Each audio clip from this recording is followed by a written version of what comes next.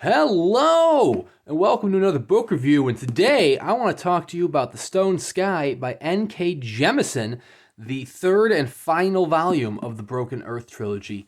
After years of not reading this trilogy, have finally read it in preparation for the Curious King edition of the fifth season, which is coming up. And man, I really missed out on not having read this trilogy earlier.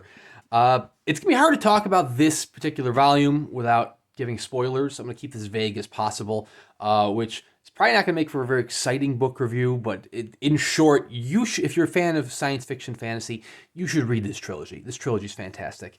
Here we are on the supercontinent, the Stillness, which there is a wonderful map right there. Love the cartography on the cover in the inside of all three volumes. And they suffer from catastrophic fifth seasons. Think of like Game of Thrones style winter minus the ice zombies. And the residents of the Stillness are your everyday people, although some of them are origins, or origines, as I wanted to call it in the first volume, which are kind of superhuman. They have the ability to transfer energy, and they have the ability to stop earthquakes by transferring said energy, and just kind of keeping the peace of Mother Earth.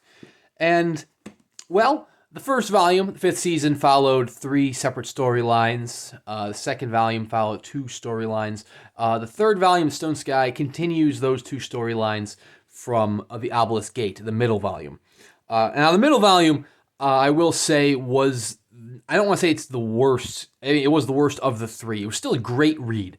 So it's not a bad read. It was still a very fun read. But the world building was superb in the first volume, and I felt like one of the two storylines in the second kind of treaded water.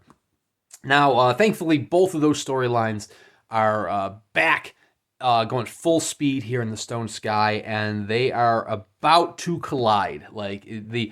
Everything it's been building up to, especially in the second volume in particular, is coming to a head here in the Stone Sky, and it does so perfectly. Not perfectly in terms of it's not without a hitch, but perfectly, and it couldn't have been done better.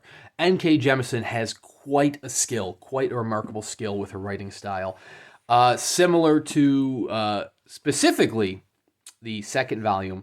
The two main storylines are told Nasun, who is the daughter of Esun. Her storyline is told third person. Esun, we've been following since the very first volume, is second person. So it's a lot of you. You can hear it, faint but omnipresent.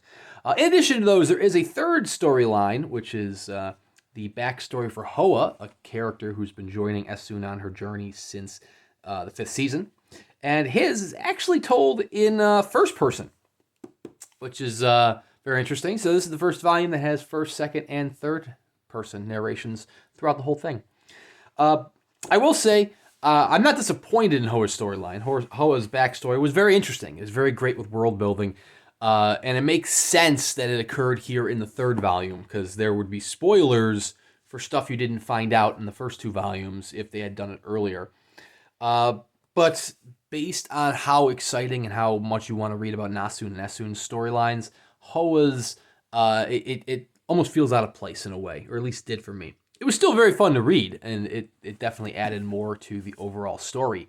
It just, it had to be in the third volume to avoid spoiling things of such as the antagonist of the whole trilogy, which I guess is the only disappointment I had in the third one. Is that the antagonist makes sense? The antagonist, it's not poorly written. It's I guess a little anticlimactic, I suppose, with all the world building you've had, and I can't really say more without actually spoiling stuff, so I can't. But I will say that the Stone Sky is just an incredible third volume. Sometimes you read books where it starts off strong, and then maybe the subsequent volumes are a little bit of disappointment. Which is sadly what I had to say about the Greenbone Saga by Fonda Lee. Love the first volume, the second and third volume. It kind of had diminishing returns. But the main reason for that was that the third volume there, Jade Legacy, it crammed so much into one novel. It should have been split up even further. It was literally 20 years crammed into one novel, which was a little much. Thankfully, you don't get that with the Stone Sky here. The Stone Sky is just a superb conclusion to the trilogy. I know the Curious King edition of the Stone Sky and the Obelisk Gates are both probably years out, but very excited to see what Curious King is going to do with them. I will say the 5th season already looks incredible. I will have a copy of that coming in the upcoming months, because it's still a few months out, I believe. But please consider liking and subscribing if you want to check out that unboxing when I get it. Seriously, I need to go read more NK Jemisin now. I don't have... Actually, no, I lied. I do have one Subterranean Press edition NK Jemisin. I'm pretty sure it's stolen goods. More on that in that video. That was the Awakened Kingdom, which is like a novella in her 10,000 Kingdoms. I could be butchering the title of that trilogy. It's another trilogy that she did.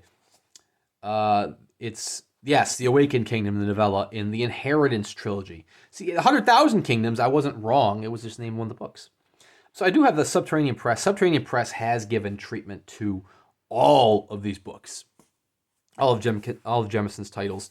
But I believe the Broken Earth Trilogy is just kind of like a signed cloth-bound edition. I don't think it has an interior artwork. I know it's got new dust jackets, but I think it's just kind of like a fancy trade edition. But very fancy. I'm talking Smithsonian bindings.